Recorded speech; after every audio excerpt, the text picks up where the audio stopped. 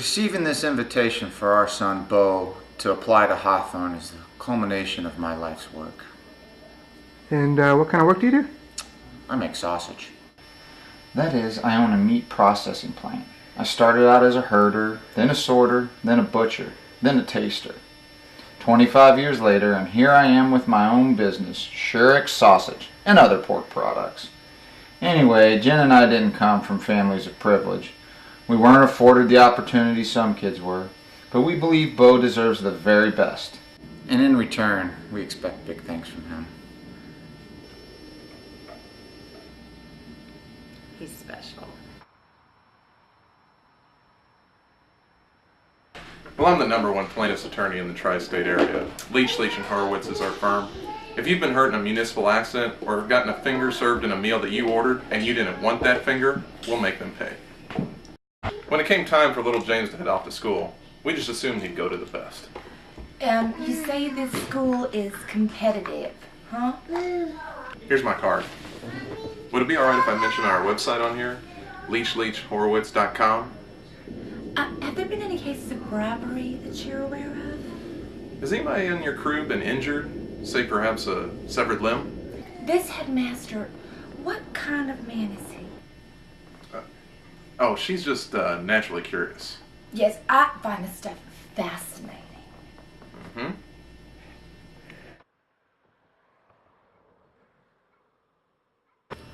Well, I'm a Hawthorne, Brenda Hawthorne Stepner, and I don't need to tell you what a burden it can be as a descendant of one of the most preeminent schools in the country.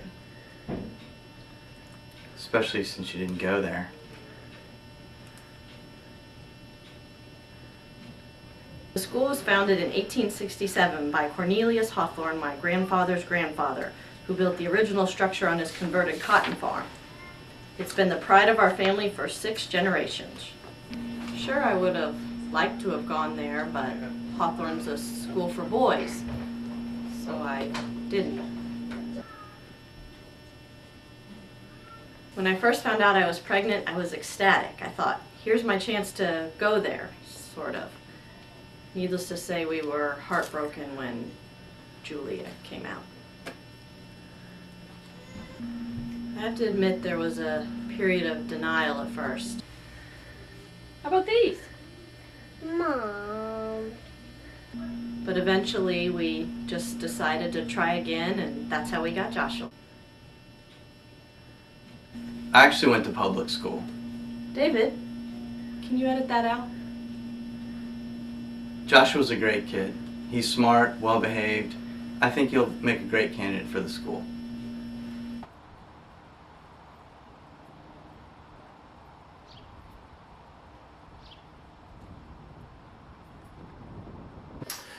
Well, I've been headmaster at Hawthorne for, goodness, 17 years now.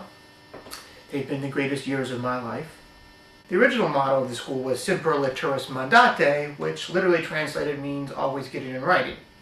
However, over time that did seem less appropriate, so in the early 1900s the motto was changed to Semper Honoris, always with honor.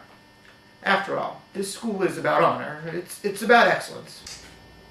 I like to think that there is no institution that better prepares boys for the challenges they face ahead of them in kindergarten.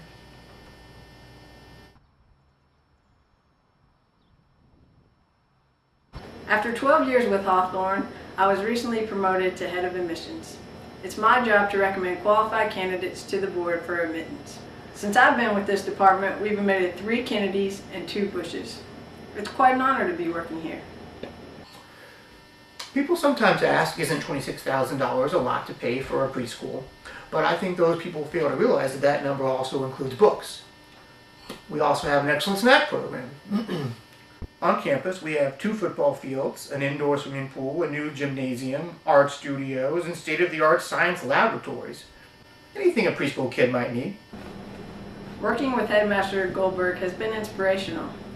It's really his vision that makes the school what it is. He's quite a leader.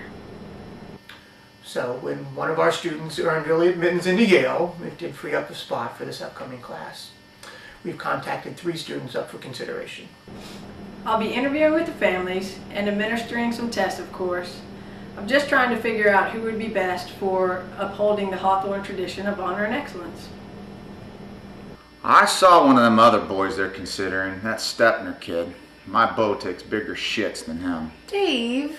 Well, hell, honey, it's true. Well, he does take some really big poops. I always carry my pipe around with me, and it does help me relax. Can't use it on the campus, of course, no smoking on the grounds, but I enjoy having it with me.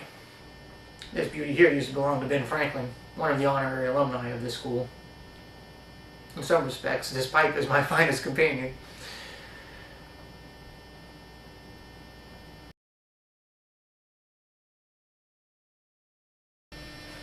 Now remember what I told you. Today's the most important day of your life, okay? Don't you think that's a little bit too much pressure, honey? Just go tend to the girl. What you got here are your standard patties and your links. This is what most people prefer. Actually, I enjoy the sausage balls, but sometimes they're a little slippery to put in your mouth. Links and the patties, they're a little bit easier on the buns and the biscuits. You know, some people say that the coat and the hairnet, that they're a little bit of overkill for the domestic application. But, you know, you can never be too careful these days with the mad pig scare and everything. It wasn't so much that the pigs were crazy, it was just kind of an identity crisis, you know. I also like to keep on tennis shoes when I'm in the factory. I don't have too many nice shoes because there's a lot of slippage that happens, and I found that the Nikes really have great traction on the pig guts and things. Honey, the sausage is sizzling. You want any of this? It's time for us to go to the interview. The kid's got to eat. We already had breakfast, remember?